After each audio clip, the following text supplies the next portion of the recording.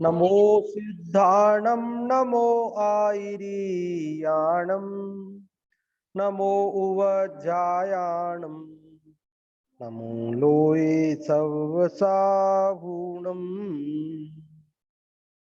एष सुरासुर मणुसिन्ध वन्दितं धोदघायिकमलं प्रणमामि वर्धमानं तित्थं धम्मस्य कर्तारम् तित्थं धम्मस्य कर्तारम्। यह मोक्ष पाहुड़ नामक ग्रंथराज है और इस मोक्ष पाहुड़ में कल हमने 99 और 100 नंबर की गाथा पढ़ी थी।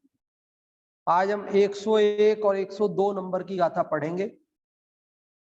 कल जो 99 और 100 नंबर की गाथा पढ़ी थी उसमें ये बात बताई गई थी कि बाह्य क्रिया से मुक्ति नहीं होती। कोई कितना भी क्रिया करो, चाहे कोई कितना भी उपवास करो और चाहे कोई कितना भी आतापन योग आदि करो और चाहे कोई कितना भी शास्त्र पढ़ो और चाहे कोई अनेक प्रकार के चरित्र का पालन करो, लेकिन आत्मा को जाने बिना मुक्ति प्राप्त नहीं होती। ये सारी बात कही। उसके पूर्व में 97 98 नंबर गाथा में भी 97 में उन्होंने कहा बाह्य क्रिया से मुक्ति नहीं होती यदि सम्यक्त्व नहीं है, आत्मानुभूति नहीं है। और 98 में कहा था कि आत्मानुभूति है, सम्यक्त्व है, लेकिन कोई 28 मूल गुणों की उपेक्षा करे, उनमें दोष लगाए, तो कहते उसको भी मुक्ति नहीं होती। अब प्रश्न ये उठता है, इसको नहीं होती, उसको नहीं होती, ऐसे को नहीं होती, वैसे को नहीं होती, ये करने से नहीं होती, वो करने से नहीं होती, तो महाराज आप ही बता दो कि कैसे होती है, किसको होती है, क्या करने से होती है। तो वे बता रहे हैं इस 101 और 102 नंबर गाथा में कि कैसे करने से कैसे व्यक्ति को मुक्ति होती है। देखो पढ़ते हैं। आगे कहते हैं कि ऐसा साधु मोक्ष पाता है। कि कैसे साधु को मुक्ति होती है वो बात बता रहे हैं। वैराग्य परो साहू परदव परम होय जो होदी संसार सुहविरतो सग शुद्ध सुहेशु अणुरतो गुण गण विहूसी अंगो हेयोपादेय निच्छिदो साहू जाणज्जयने सुरदो सोपावै उत्तमं ठाणम् वैराग्य परः साधु परद्रव्य पराङ्मुखश्च यः भवति संसार सुख विरक्तः स्वक शुद्ध सुखेषु अनुरक्तः निज सुख निरत यदि निज सुख है नहीं 101 इधर है और 102 उधर है।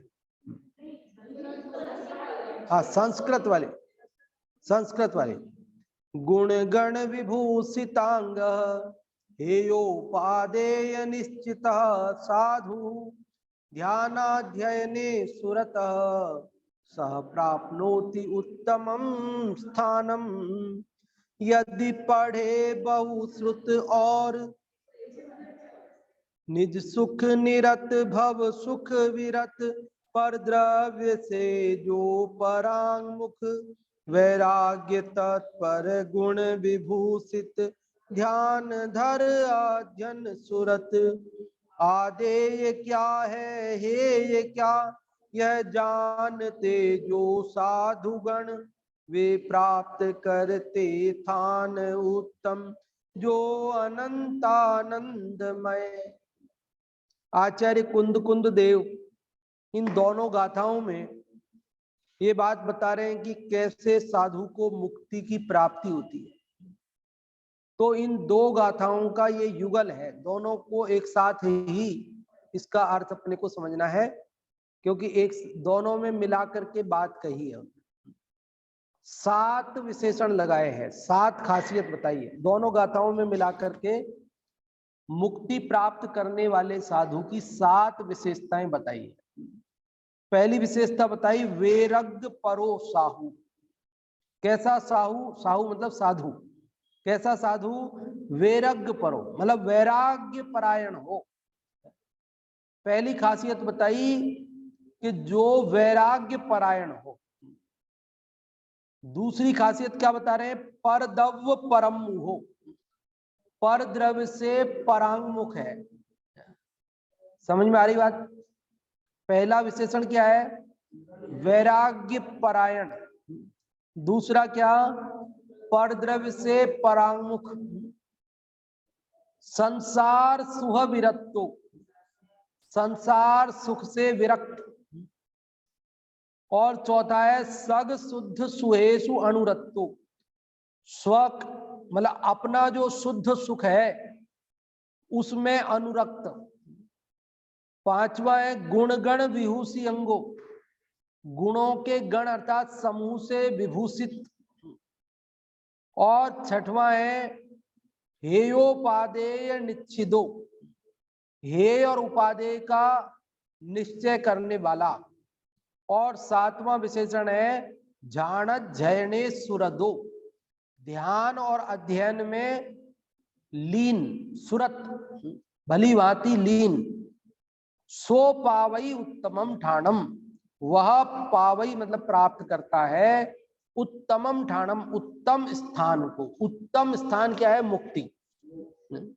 सबसे उत्तम स्थान जगत में क्या है? सबसे उत्तम स्थान मुक्ति है, क्योंकि सर्वश्रेष्ठ है और लोक में उसकी स्थिति भी सबसे ऊपर है। लोक में, लोक की जो संरचना है उसमें भी उसकी सिद्धशिला की स्थिति कहाँ है? सबसे ऊपर है। तो स्थान की अपेक्षा देखा जाए तो भी वह ऊपर है, और सुख आनंद की दृष्टि से देखा जाए तो भी वह मुक्ति आनंददायक है, इसलिए उसे उत्तम स्थान कहा है। तो जिस अपेक्षा से बात चलती है वही बात समझना। कहीं आप समझो कि साहब सिद्धशिला उत्तम स्थान बता दिया आपने, ऊंचा है, वहां निगोदिया जीव भी रहते हैं, एक श्वास के 18वें भाग में वो जन्म मरण करते हैं, तो फिर क्या वो उत्तम स्थान है? तो कहते उनकी अपेक्षा नहीं, या सिद्धों की अपेक्षा। सिद्ध जीव मुक्त जीव है, वो तो आनंदमयी है, इसलिए वो उस अपेक्षा से उत्तम स्थान है। तो दोनों गाथाओं का अर्थ समझ में आया? वैराग्य परो साहू, वैराग्य परायण साधु। परदव परम मुहो, ये जो होदी, परद्रव्य से परांगमुख, यह मतलब और परद्रव्य से परांगमुख जो होदी, जो होता है। संसार सुख विरक्तो, संसार सुख से विरक्त होता है। सग शुद्ध सुएशु अनुरक्तो, अपने शुद्ध सुख में, अपना जो आत्मिक सुख है, वास्तविक सुख है, उसमें अनुरक्त। संसार सुख से तो विरक्त और आत्मिक सुख से अनुरक्त। गुणगण विभूषी अंगो, गुण गण से विभूषित जिसका अंग है, जिसके आत्म प्रदेश जो किससे विभूषित है? गुणों के समूह से। और हेयोपादेय निश्चिदो साहू, हेय और उपादेय का निश्चय करने वाला साधु। जानत जयने सुरदो, और ध्यान अध्ययन में भली भांति लीन रहने वाला साधु। सो पावई उत्तमम ठाणम, वह उत्तम स्थान को प्राप्त करता है। तो इन दोनों गाथाओं में क्या बात कही है? इन दोनों गाथाओं में मिलाकर उन्होंने ये बात कही है कि ऐसा साधु मुक्ति को प्राप्त करता है। क्या कही है? वहां बताया था कि आत्मा को नहीं जानता है, बहुत क्रिया करता है, तो मुक्ति को प्राप्त नहीं करता है। आत्मा को नहीं जानता है और वो उसका ठाण मौन क्या करेगा, वो जो है एक स्थान पे खड़े होकर के कायोत्सर्ग आदि करे, मौन धारण करे, तो उससे भी मुक्ति नहीं होगी। आत्मा को जाने बिना शास्त्र पढ़े तो भी मुक्ति नहीं होगी। तो प्रश्न हुआ कि भाई कैसे साधु को मुक्ति होगी फिर? तो कह रहे ये 7 खासियतों वाला। पहली बात वैराग्य परायण, दूसरी बात बोलिए सभी परद्रव्य से परांगमुख, तीसरी संसार सुख से विरक्त, चौथी अपने आत्मिक सुख में अनुरक्त, और पांचवी गुणों के समूह से विभूषित, और छठवां हेयोपादेय का निश्चय करने वाला, और सातवीं खासियत ध्यान अध्ययन में भली भांति लीन। ये वैसे एक से दूसरे का मानो उसका अर्थ ही है ऐसा है दूसरा विशेषण। जैसे पहला है वैराग्य परायण और दूसरे में कह रहे परद्रव्य से परांगमुख। तो वैराग्य है तो परद्रव्य से परांगमुख है ही है, परद्रव्य से परांगमुखता यही वैराग्य है। लेकिन थोड़ा थोड़ा उसको विशेषण अलग अलग करते हुए उन्होंने कहा कि वैराग्य परायण हो और कैसा हो, परद्रव्य से परांगमुख हो। अभी तो यहाँ तीसरा विशेषण करते हैं तो वो कहते हैं संसार सुख से विरक्त हो। अब इसमें वैराग्य परायण में भी वही बात तो आई थी, वैराग्य परायण में, अब परद्रव्य से परांगमुख में भी आई। फिर कहा संसार सुख से विरक्त हो, तो संसार सुख से विरक्त होगा तो वही तो वैराग्य है। और फिर ये तीनों बातों के बाद कहते अपने शुद्ध सुख में अनुरक्त हो। तो जब परद्रव्य से परांगमुख हो गया, वैराग्य परायण हो गया, संसार सुख से विरक्त हो गया, ये तो नास्ती नास्ती से बात हुई कि ऐसा नहीं हो, ऐसा ऐसा ऐसा है। तो अब किसमें कहीं तो अनुराग करेगा जीव। तो यहां कह रहे अपना जो शुद्ध आत्मिक सुख है निराकुल, उसका अनुरागी हो और गुण गण से, गुणों के समूह से विभूषित हो, और हेयोपादेय का जिसको भली भांति निर्णय हुआ हो और ध्यान अध्ययन में लीन रहता हो, वही मुक्ति को प्राप्त करता है। देखो वैराग्य ये सबसे पहली खासियत रखी उन्होंने, पहली सबसे पहली खासियत। वैराग्य जब तक नहीं होगा ना तब तक क्या करेगा जीव, कहीं ना कहीं उलझ जाएगा। वैराग्य बिना क्या होगा, क्योंकि संसार में उलझने के बहुत अवसर हैं, बहुत मौके हैं। हाँ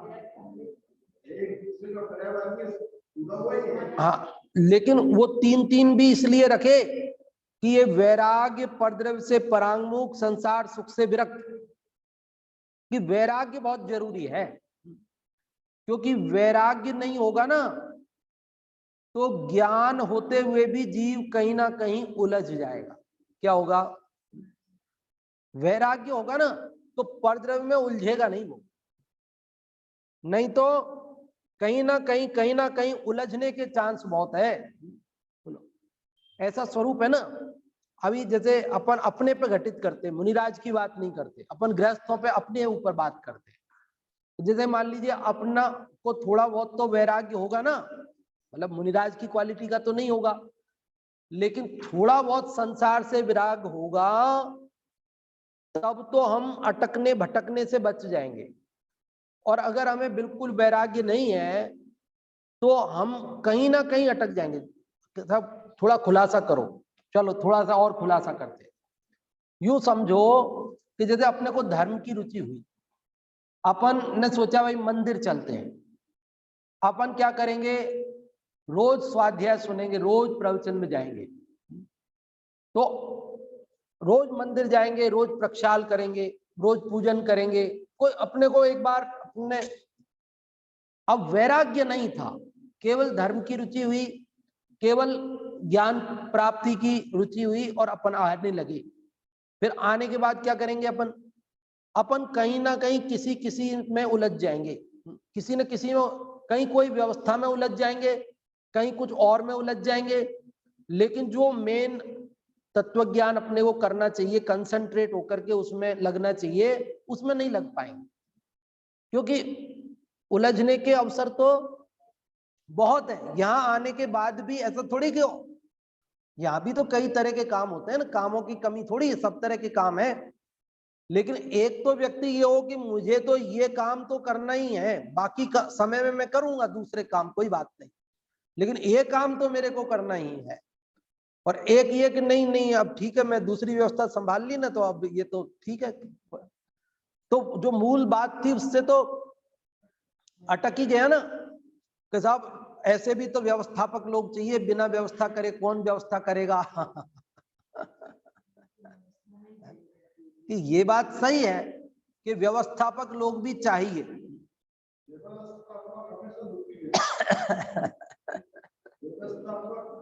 हाँ, दुखी रहता है। हाँ, वो व्यवस्था में ही ध्यान जाएगा उसका। हाँ, और आपने तो काफी संभाला हुआ है ना काम, इसलिए आपको मालूम है, मतलब वो ध्यान वहीं जाएगा और ध्यान वहीं जाएगा। तो अपना जो जिस काम के लिए अपन मंदिर आए थे, जिस काम के लिए अपन स्वाध्याय सभा में आए थे, वो काम रह जाएगा, वो काम रह जाएगा और दूसरे काम में अटक के रह जाएंगे हम, ऐसी स्थिति हो जाएगी। स्वाध्याय में भी बैठेंगे तो स्वाध्याय की व्यवस्था में माइक सही चल रहा है कि नहीं, अच्छा अच्छा आगे खिसको, पीछे जगह नहीं है, और पीछे वालों को एक आध लोगों को कुर्सी कम मिली, चलो कुर्सी लाओ, भाई बिछाने का थोड़ा और व्यवस्था करो, कहीं ना कहीं वो ध्यान रहे।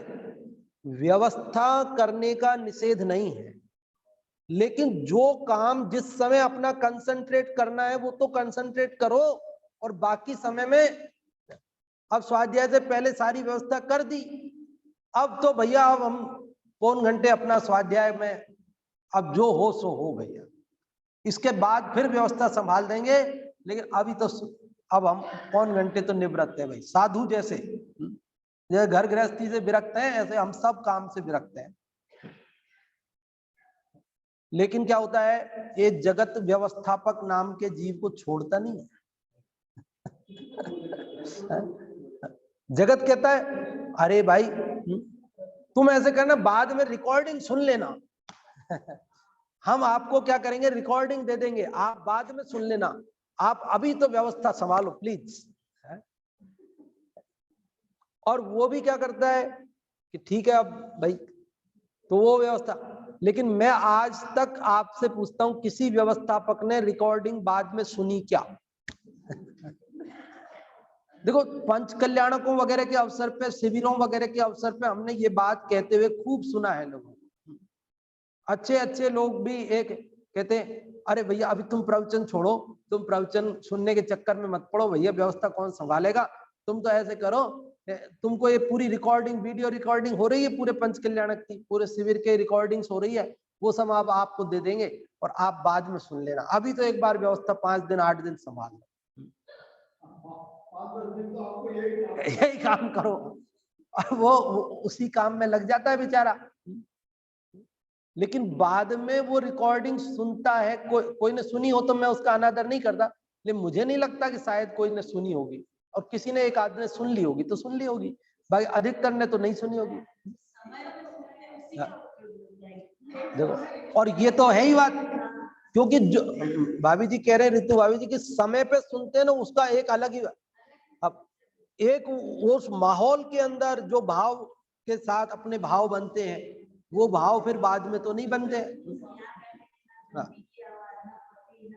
और वो बिल्कुल सही बात है, तो इसलिए तो व्यवस्था करने की निषेध नहीं है, वो भी वो एक जरूरी अंग है, लेकिन उसके लिए अपना जो मूल बात है वो खोनी नहीं चाहिए। ये जिसको रुचि नहीं उसको सौंप दो ना उतनी देर के लिए।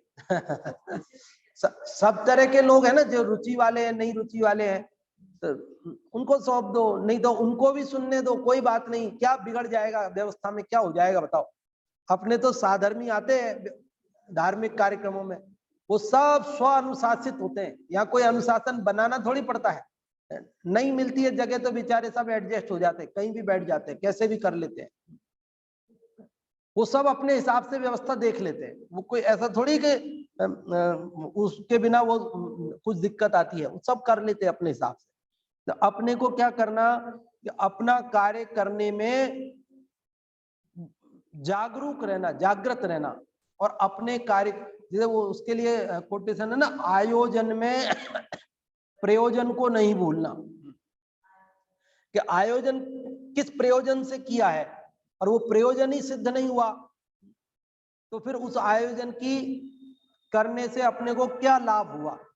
इसलिए यहां सबसे पहले उन्होंने कहा वैराग्य परायण हो, परद्रव्य से परांगमुख हो, संसार सुख से विरक्त हो। अब ये गृहस्थों की अपेक्षा बात की मैंने, व्यवस्था में उलझना है।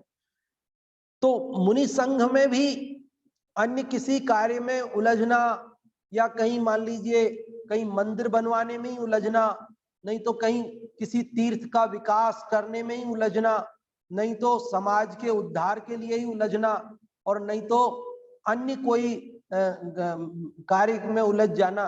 तो ये सब तो अपना जो लक्ष्य है उससे तो, इसलिए सबसे पहले कहा कि वैराग्य परायण होना चाहिए। एक तो सबसे, अभी आत्मानुशासन अपन पढ़ के चुके ना इसके पहले, तो आत्मानुशासन का जो एक बाद में व्याख्यान भाई साहब के द्वारा हुआ, तो उसमें जब भी भाई साहब बोले तो आप समझ ही जाते हो ना, वीर सागर जी के लिए बोलते हैं अपन तो दादा बोलते हैं तो आप समझ जाते हो, डॉक्टर साहब भारिल साहब के लिए बोलते हैं अपन, भाई जी बोलते हैं तो अपन जतीश भाई के लिए बोलते हैं, ऐसा आप समझ ही जाते हो, फिक्स है अपने शब्द। तो यहाँ पर क्या कह रहे हैं, तो उसमें वहां जो विशेष कक्षा हुई थी भाई साहब ने ली थी, तब उन्होंने बताया ये वैराग्य का प्रमुख ग्रंथ है आत्मानुशासन, क्योंकि बिना वैराग्य के जीव मुक्ति मार्ग में लग नहीं सकता है, वो भटक जाएगा कहीं ना कहीं। इसलिए यहाँ सबसे पहले मोक्ष जाने वाले साधु के लिए कहा वैराग्य परायण हो। और वैराग्य परायण में भी जयचंद जी छाबड़ा साहब इसका अर्थ लिखते हुए लिखते हैं कि जैसा वैराग्य दीक्षा लेते समय था वैसा वैराग्य सदा हो। कैसा हो, इसका अर्थ जो लिखा है ना, अर्थ देखो मैं यहां से पढ़ता हूं, पेज नंबर 297 पर, कि ऐसा साधु उत्तम स्थान रूप मोक्ष की प्राप्ति करता है, अर्थात जो साधु वैराग्य में तत्पर हो, संसार देह भोगों से पहले विरक्त होकर मुनि हुआ, उसी भावना युक्त हो। क्या समझ में आई बात, कि संसार देह भोगों से पहले विरक्त होकर मुनि हुआ, उसी भावना युक्त हो, कि जिस समय जिन भावों से वो मुनि हुआ था वो भावना उसकी बनी रहे सदा। क्या क्या हो, कन्हैयालाल जी साहब, कैसी भावना बनी रहे। हाँ हाँ, दीक्षा लेते समय जैसी वैराग्य भावना थी वैसी वैराग्य भावना बनी रहे, तो मुक्ति पाने में देर नहीं लगेगी। और परद्रव्य परांगमुख हो, तो परद्रव्य परांगमुख का लिखा कि परद्रव्य से परांगमुख हो, कि जैसा वैराग्य हुआ वैसे ही परद्रव्य का त्याग कर उससे परांगमुख रहे। जैसे वैराग्य हुआ वैसे ही वो परद्रव्य का त्याग करके उससे परांगमुख दूर हो जाए। और तीसरे विशेषण संसार सुविरक्तो, उसके लिए लिखते हैं कि संसार संबंधी इंद्रियों के द्वारा विषयों से सुख सा होता है। सुख नहीं होता इंद्रियों के द्वारा विषयों से सुख होता है नहीं, सुख सा होता है। सुख सा क्या है, कि सुख जैसा भ्रम होता है, सुख सा होता है मतलब क्या? अब कोई के ऐसे समझते हैं कि कभी कभी सुख होता है, कभी कभी नहीं। सुख तो कभी नहीं होता, कभी कभी सुख जैसा लगता है, तो कभी कभी सुख होता है। या कोई कहे कि किंचित सुख होता है, किंचित सुख नहीं, किंचित सुख जैसा लगता है। सुख तो रंच मात्र भी नहीं है, सुख तो रंच मात्र भी नहीं है, लेकिन सुख जैसा भ्रम होता है। क्या होता है? भ्रम होता है। कैसा भ्रम होता है? जगत में एक जैसी दिखने वाली चीजों में भ्रम हो जाता है ना। कई कथानक अपने यहाँ आते हैं पुराणों में कि कैसे कैसे भ्रम हो जाते हैं। कई सारी घटनाएं लोक में भी कथाएं चलती है। एक कथानक अपने रत्नकर्ण श्रावकाचार में सदा सुखदास जी ने लिखा है कि कैसा भ्रम हुआ देखो, और फिर क्या हुआ। उसमें उन्होंने लिखा कि एक राजा था और उसको दाह ज्वर हो गया था। क्या हो गया था? दाह ज्वर। दाह ज्वर मतलब जिसमें बहुत जलन होती शरीर में, एकदम जलता था। बहुत वैद्यों से, राज वैद्यों से, राजाओं का उपचार तो राज वैद्य जो कुशल स्पेशलिस्ट, उनसे इलाज हुआ, लेकिन इलाज कराने पर भी आराम नहीं पड़ा। दाह ज्वर मिटा नहीं, वेदना जलन मिटी नहीं, परेशान था। एक दिन शाम को महल की छत पर बैठा था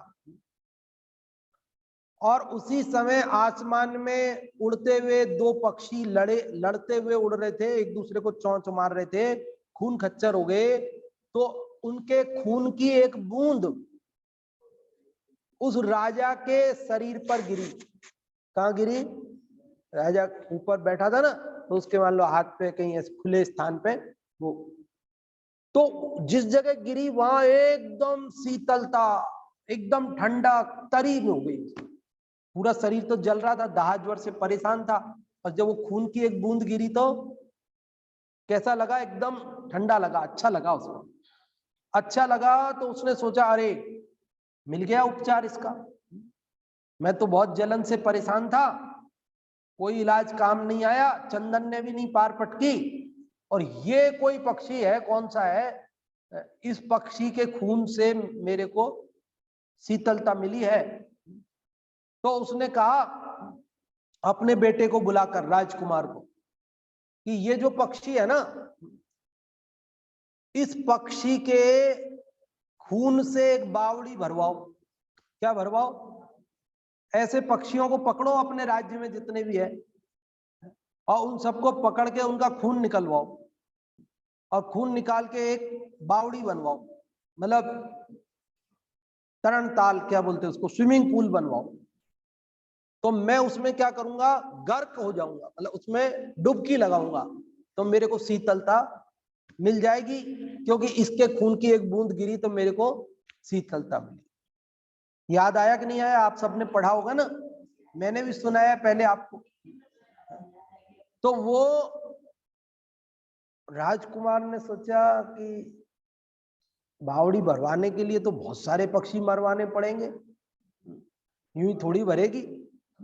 एक पक्षी के मारने पे ही बहुत पाप होता है, संकल्पी हिंसा है, जानबूझ के मार रहे हैं, और इतने सारे पक्षियों को मरवाएंगे तब जाके भरेगा। लेकिन वो बेटा को आज्ञा पिता की नहीं थी, राजा की भी थी।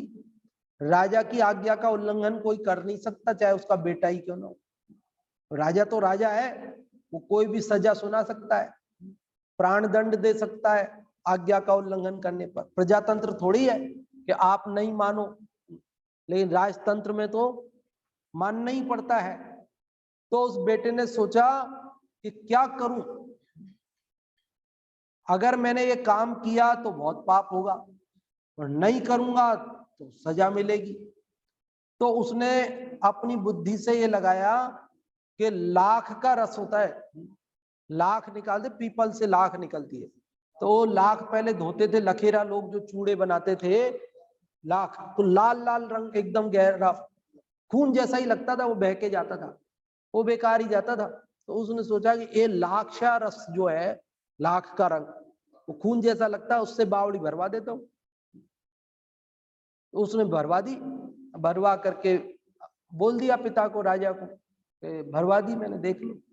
उसने देखा दूर से ही तो खुश हो गया, डुबकी लगाई तो उसको शीतलता नहीं मिली, तो समझ गया बेटा बड़ा धर्मात्मा है अपना, और ये तो ऐसा पाप कर नहीं सकता, इतने पक्षियों को मरवा सकता नहीं है, इसने कोई ना कोई छल करा है, जब ही तो मेरे को शीतलता नहीं मिली। समझ गया ये तो लाख का रस है, ये कोई खून वून नहीं है, इसने मेरे साथ धोखा किया। तो धोखा किया तो गुस्सा आया, बदला लेने के लिए एक छुरी लेकर के दौड़ा। क्या छुरी मतलब यूं समझ लो चाकू लेकर के दौड़ा मारने के लिए बेटे को। देखो परिणामों की विचित्रता। और रास्ते में ठोकर लगी, सो गिर गया, तो हाथ में छुरी थी, वो ऐसे हाथ आगे रह गया, ऊपर खुद गिरा तो छुरी खुद की छाती में घुस गई और उसका मरण हो गया। तो क्या लिखा वहां पर, क्या लिखा सदा सुखदास जी ने, कि जिनको दुर्गति में जाना है उनको ऐसी हिंसक औषधियों से आराम मिलता है। अब उसको खून से आराम मिला और सारी दवाइयों से आराम नहीं मिला। तो जिसको भली होनहार हो तो उसको तो मिट्टी से, किसी से, अहिंसक दवा से भी आराम मिल जाता है, लेकिन अगर अपनी बुरी होनहार हो, दुर्गति में जाना हो, तो ऐसे ही निमित्त मिल जाते हैं कि वो हिंसक दवा से ही आराम मिल रहा है। तो मैं तो ये बता रहा था आपको कि उसको लाक्षा रस में खून का भ्रम हो गया। क्या हो गया? लाक्षा रस में वो लाख का रंग था ना, उसको उसने खून समझ लिया। तो ऐसे ही हमने सुख में, इंद्रिय सुख में असली सुख का भ्रम हो गया। क्या हो गया? इंद्रिय सुख है ना, इंद्रिय सुख वो है तो दुख, लेकिन हमको क्या भ्रम हो गया उसमें, ये असली सुख है। तो एक कह रहे कि भाई वो कैसा हो, संसार सुख को पहचानता हो कि सुख नहीं है, ये नाम मात्र का है, इसको सुख बोलते पर सुख है नहीं, ये दुख है। ये क्या है? ये दुख है। इसलिए कहते हैं कि इंद्रियों के द्वारा विषयों से सुख सा होता है, उससे विरक्त हो, अपने आत्मिक शुद्ध अर्थात कसायों के क्षोभ से रहित निराकुल। कैसा हो? ये जो अभी चौथा विशेषण चल रहा है कि अपना जो शुद्ध सुख है उसमें अनुरक्त हो। अपना शुद्ध सुख क्या, तो बता रहे हैं कि अपने आत्मिक शुद्ध अर्थात कसायों के क्षोभ से रहित निराकुल शांत भाव रूप ज्ञानानंद में अनुरक्त हो। ज्ञान आनंद, ज्ञानानंद, ज्ञानानंद जो अपना, उसमें अनुरक्त हो, उसका अभिलाषी हो, लीन हो उसी में, बारंबार उसी की भावना रहे। किसकी भावना रहे? आत्मिक सुख की। किसकी भावना रहे? आत्मिक सुख की, इंद्रिय सुख की नहीं। चार विशेषण हो गए, कितने हो गए? पहला कौन सा? वैराग्य परायण। उसमें क्या कई अर्थ में विशेष बात, कि जैसा दीक्षा लेते समय वैराग्य था वैसा वैराग्य की भावना उसको। और दूसरी बात, परद्रव्य से परांगमुख हो, तो कह रहे संसार देह से विरक्त हुआ ना, तो अब क्या करे कि परद्रव्य को भी छोड़ देवे। और तीसरी बात, संसार सुख विरक्त में क्या कहा कि इंद्रियों से सुख जैसा लगता है नहीं, उससे विरक्त हो, और जो अपना आत्मिक सुख है उसका अनुरागी हो। अब पांचवे उसकी बात करते हैं कि जिसका आत्म प्रदेश रूप अंग गुण के गण से विभूषित हो। गुण का गण मतलब समूह। जिसका आत्म प्रदेश रूप अंग, अंग क्या, ये शरीर है, ये अंग नहीं है अपना, ये तो परद्रव्य है, लेकिन इस शरीर से भिन्न जो मैं हूं आत्मा, उसी को यहां अंग समझना। अंग का मतलब यहां शरीर नहीं, अंग मतलब आत्मा। अंग मतलब ये शरीर के अंग नहीं, हाथ पैर, ये जो अंग है ना इनको भी अंग कहते हैं, पूरे शरीर को भी अंग कहते हैं। और यहाँ तो ये अंग हाथ पैर अंग उनकी भी बात नहीं है और पूरे शरीर की भी बात नहीं है, बल्कि किसकी बात है? शरीर से भिन्न जो अपना आत्मा है उसको यहाँ अंग कह रहे हैं। क्यों? असली अंग तो वही है ना, इसलिए कह रहे जिसका आत्म प्रदेश रूप अंग गुण के गण से विभूषित हो, जो मूल गुण उत्तर गुणों से आत्मा को अलंकृत शोभायमान किए हो। मूल गुण और उत्तर गुणों से, मूल गुण और उत्तर गुणों से आत्मा को शोभायमान किया है जिसने। और अगला विशेषण छठवां, जिसके हे उपादेय तत्व का निश्चय हो। किसका? हे मतलब छोड़ने योग्य, और उपादेय अर्थात ग्रहण करने योग्य, कि मेरे लिए सात तत्वों में क्या हे है, क्या उपादेय है, आश्रय करने के योग्य क्या है, प्रकट करने के योग्य क्या है, ये उसको भली भांति निर्णय हो। इसलिए कह रहे कि जिसके निश्चय हो, जिसके हे उपादेय तत्व का निश्चय हो, निज आत्मद्रव्य तो उपादेय है। क्या है उपादेय? सुखी होने के लिए और दुख मेटने के लिए सबसे पहले आपा पर का ज्ञान, अपना कौन पराया कौन, उपादेय कौन और हे कौन। निज आत्मद्रव्य तो उपादेय है, और ऐसा जिसके निश्चय हो कि अन्य परद्रव्य के निमित्त से हुए अपने विकार भाव ये सब ही है। परद्रव्य के निमित्त से अपने आत्मा में उत्पन्न होने वाले जो विकारी परिणाम है, मोह राग द्वेष के परिणाम है, अल्प विकसित पर्याय है, वो सब है। बल्कि मेरा आत्मा ही मेरे लिए उपादेय है, ऐसा जिसको निर्णय हो। और अब अंतिम विशेषण जो ध्यान अध्ययन, ध्यान और अध्ययन, उसके लिए बताते हैं कि साधु होकर आत्मा के स्वभाव के साधने में भली भांति तत्पर हो, धर्म शुक्ल ध्यान और अध्यात्म शास्त्रों को पढ़कर ज्ञान की भावना में तत्पर हो। किसमें हो? कि अध्यात्म शास्त्र वो उनको पढ़ करके ज्ञान की भावना में तत्पर हो, धर्म शुक्ल ध्यान करे, सुरत हो, भली भांति लीन हो, भले प्रकार लीन हो। ऐसा साधु उत्तम स्थान, लोक शिखर पर सिद्ध क्षेत्र तथा मिथ्यात्व आदि 14 गुण स्थानों से परे शुद्ध स्वभाव रूप मोक्ष स्थान को पाता है।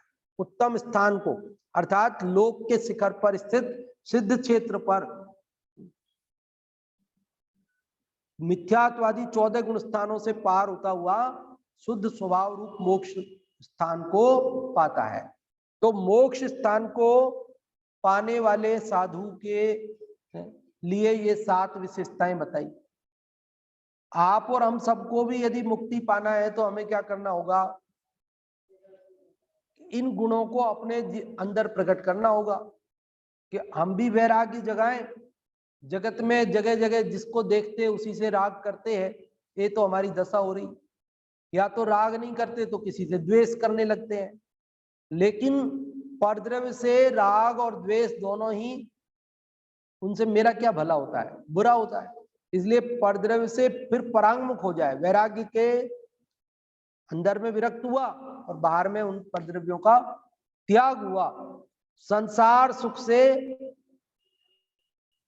विरक्ति और अपने आत्मिक सुख में अनुरक्ति, उसकी धगस लगे अंदर में तो बारंबार उपयोग वहां जाए। और गुण गण जो से सहित हो, हे उपादेय का भली भांति ज्ञान करके हे को छोड़े, उपादेय को आत्मा को ग्रहण करे, और फिर ग्रहण करके क्या करेगी? ध्यान करता रहे उसी का। और जब उपयोग बाहर आए तो अध्ययन, ध्यान और अध्ययन, दो मुख्य है ना, ध्यान और अध्ययन, ध्यान और अध्ययन। और भली भांति उसमें लीन होवे तो क्या होगा? मुक्ति की प्राप्ति। उत्तम स्थान, उत्तम स्थान हम तो यही समझते रहते कि साहब अपने को जमीन लेनी है, मकान बनाना है, तो बढ़िया बढ़िया सी जगह देखो साहब, बढ़िया सी। तो उदयपुर में कौन सा उत्तम स्थान है? साहब सेक्टर 11 सबसे बढ़िया। और मंदिर के पास में मिल जाए तो और भी बढ़िया। तो वो तो ठीक है, लेकिन वास्तविक उत्तम स्थान तो वो है, और उससे भी उत्तम स्थान ये है, क्योंकि वो उत्तम स्थान भी इस उत्तम स्थान पर रमने से होता है प्राप्त। इस अपना जो आत्म स्थान है, उत्तम स्थान, इसमें रमे बिना वो भी प्राप्त होता नहीं है। और इसमें रमने और उसकी प्राप्ति के लिए ही हम उत्तम स्थान देखकर जिन मंदिर आदि के नजदीक अपना निवास बनाते हैं, तो व्यवहार से वो भी उत्तम स्थान कहने में आता है, उसका निषेध नहीं है।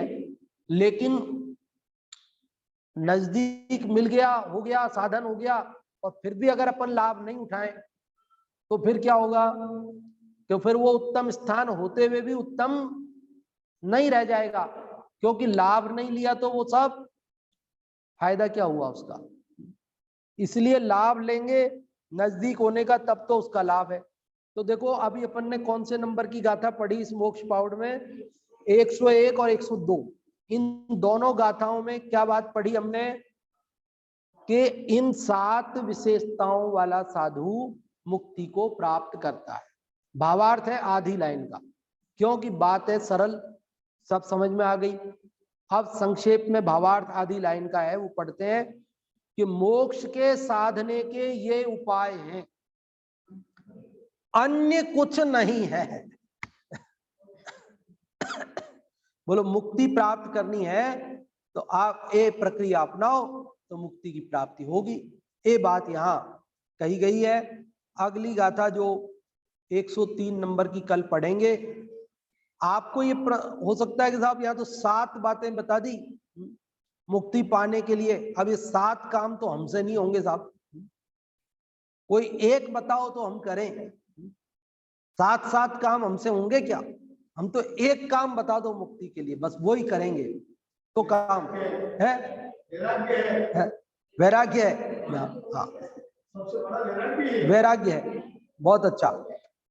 अब एक बात करेंगे कंसंट्रेट करके, सबको मिला करके, बिल्कुल जो वो बात 103 नंबर गाथा में आएगी वो अपन कल पढ़ेंगे। वो बताएंगे कि चलो तुम 7 नहीं करते तो एक तो करो, ये एक करोगे तो भी तुम्हें मुक्ति हो जाएगी। वो बात अपन कल पढ़ेंगे।